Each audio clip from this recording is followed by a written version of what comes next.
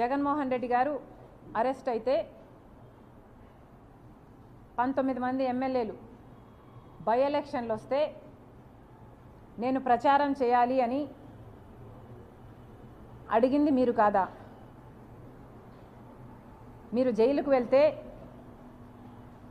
చంద్రబాబు గారు ఒక పక్క పాదయాత్ర చేస్తున్నారు, ఆయన గ్రాఫ్ పెరుగుతుంది అని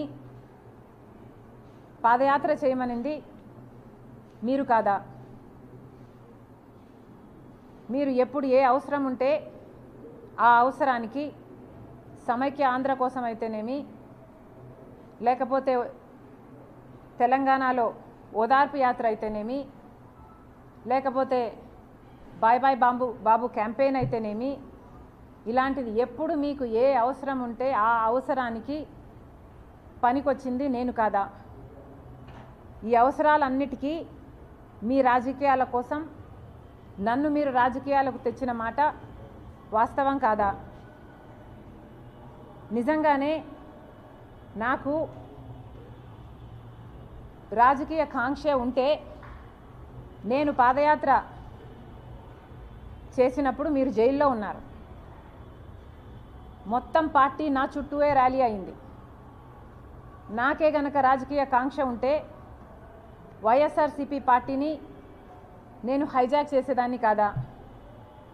ప్రతి సభలో ప్రతి అడుగులో జగనన్న కోసం జగనన్న వస్తాడు, జగనన్న మేలు చేస్తాడు, రాజశేఖర రెడ్డి గారి రాజ్యం తెస్తాడు అని కాలికి బలపం కట్టుకుని తిరిగిన దాన్ని నేను కాదా? నా బిడ్డల్ని నా కుటుంబాన్ని పక్కన పెట్టి రోడ్ల మీదనే నెలల తరబడి మీకోసం త్యాగం చేసిన దాన్ని నేను కాదా? ఆఖరికి నా కాలు ఇంజరీ అయితే కూడా అతి వేగంగా ఫిజియోథెరపీ చేసి మళ్ళీ వెంటనే చేయాలి అని తాపత్రపడి చేసింది మీకోసం నేను కాదా?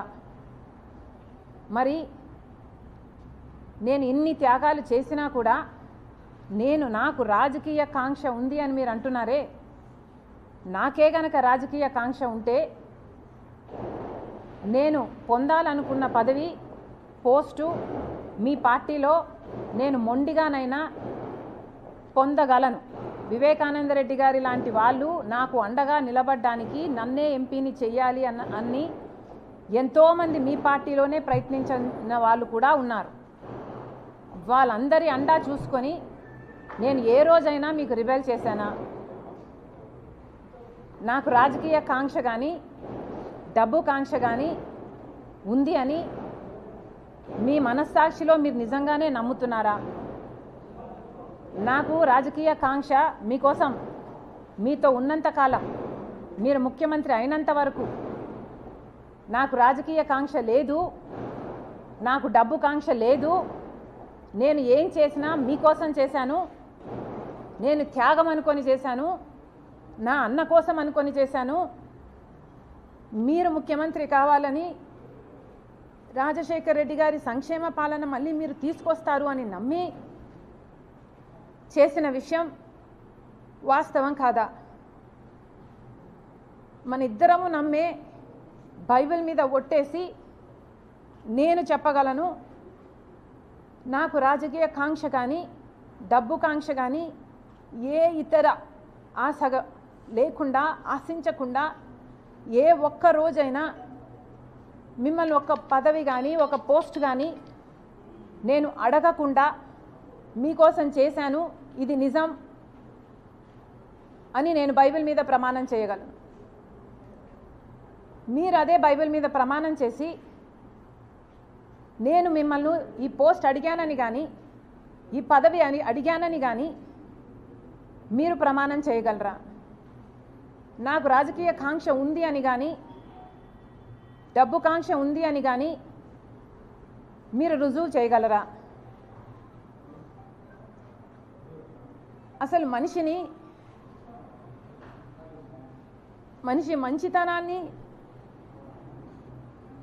గుర్తించడం రాజశేఖర రెడ్డి గారి దగ్గర నుంచి మీకు ఎందుకు రాలేదు? ఏదైనా ఒక లావాదేవీ కోసం, ఏదైనా ఒక లాభం కోసం ఆలోచన చేసే మనిషి కాదు రాజశేఖర రెడ్డి గారు. ఆయన బిడ్డను నేను. ఆయన హృదయానికి దగ్గరగా ఆయన మాటలు వింటూ ఆయన హృదయంలో హృదయంగా పెరిగిందని నేను. ఆయన ఆశయాల కోసం ఆయన ఏ రకంగా అయితే త్యాగం చేసే మనసు ఆయనకుందో ఆ రకంగానే నేను కూడా ఆలోచన చేయాలి, ఆ రకంగానే మీకు నేను సహాయపడాలి, అంత నిస్వార్థంగా మీకోసం నేను త్యాగం చేశాను, మీకోసం నేను నిలబడడం జరిగింది.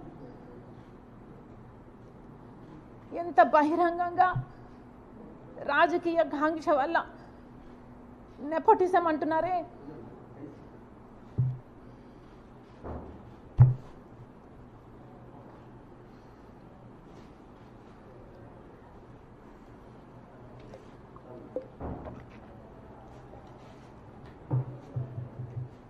నెపోటిజం అంటున్నారు జగన్మోహన్ రెడ్డి గారు. రాజశేఖర రెడ్డి గారి రాజకీయాలలో ఉంటే వివేకానంద రెడ్డి గారు కూడా ఆయన పక్క రాజకీయాలలో ఉన్నాడు. రాజారెడ్డి గారు కూడా రాజకీయాలలో ఉన్నాడు. రాజారెడ్డి గారి భార్య మా జేజీ జయమ్మ కూడా రాజకీయాలలో ఉంది. సౌభాగ్యమ్మ కూడా రాజకీయాలలో ఉంది. అందరూ ఒక్కొక్క పదవి వాళ్ళ వాళ్ళ టైంలలో చేసిన వాళ్ళు వాళ్ళంతా ఒకే జనరేషన్కు చెందిన వాళ్ళు. మరి ఆ టైంలో నెపోటిజం ఉన్నిందా? జగన్మోహన్ రెడ్డి గారు నెపోటిజం గురించి మాట్లాడుతున్నారు. మరి మీరు ముఖ్యమంత్రిగా ఉండి కూడా మీ పార్టీ మీరు పెట్టి కూడా ఇంకా ఎవరు బంధువులు ఉండకూడదు అని మీరు చెప్తున్న ఈ లాజిక్లో రవీంద్రనాథ్ రెడ్డి గారు లేరా? మీ బంధువు కాదా? మీ మేనమామ. సుబ్బారెడ్డి గారు సొంత చిన్నాన్న. అమ్మ మొన్నటి వరకు అధ్యక్షురాలు. అవినాష్ రెడ్డి ఒకటే జనరేషన్లో మీ భార్యకు బంధువు. నా తమ్ముడు అని నెత్తిన పెట్టుకొని తిరుగుతున్నవాడు. మరి వీళ్ళందరూ మీ పక్కన మీ బంధువులుగా ఉంటే అది నెపోటిజం కాదు. ఈరోజు మీ చెల్లెలు మాత్రమే మీ పక్కన ఉంటే అది నెపోటిజం కిందికి వస్తుంది. మీ మాటలు మీరు ఎంత ఇన్సెక్యూర్గా ఉన్నారో చెప్తున్నాయి. మీకు అర్థమయ్యే మాట్లాడుతున్నారా? మీ మాటలే మీ క్యారెక్టర్ని కాంట్రడిక్ట్ చేస్తున్నాయి. మీకు మీ చెల్లెలంటే ఇన్సెక్యూరిటీ అన్న విషయము మీ మాటలే బయట పెడుతున్నాయి.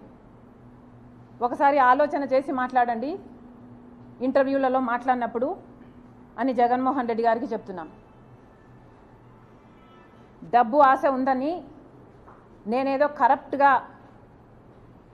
కరప్షన్ మిమ్మల్ని చేయమని అడిగానని, దేవుడు మీకు పదవినిచ్చింది బంధువులకు మేలు చేయడానికి కాదు కాబట్టి నేను ఎంకరేజ్ చేయలేదు అన్నట్టు మీరు మాట్లాడడం జరిగింది.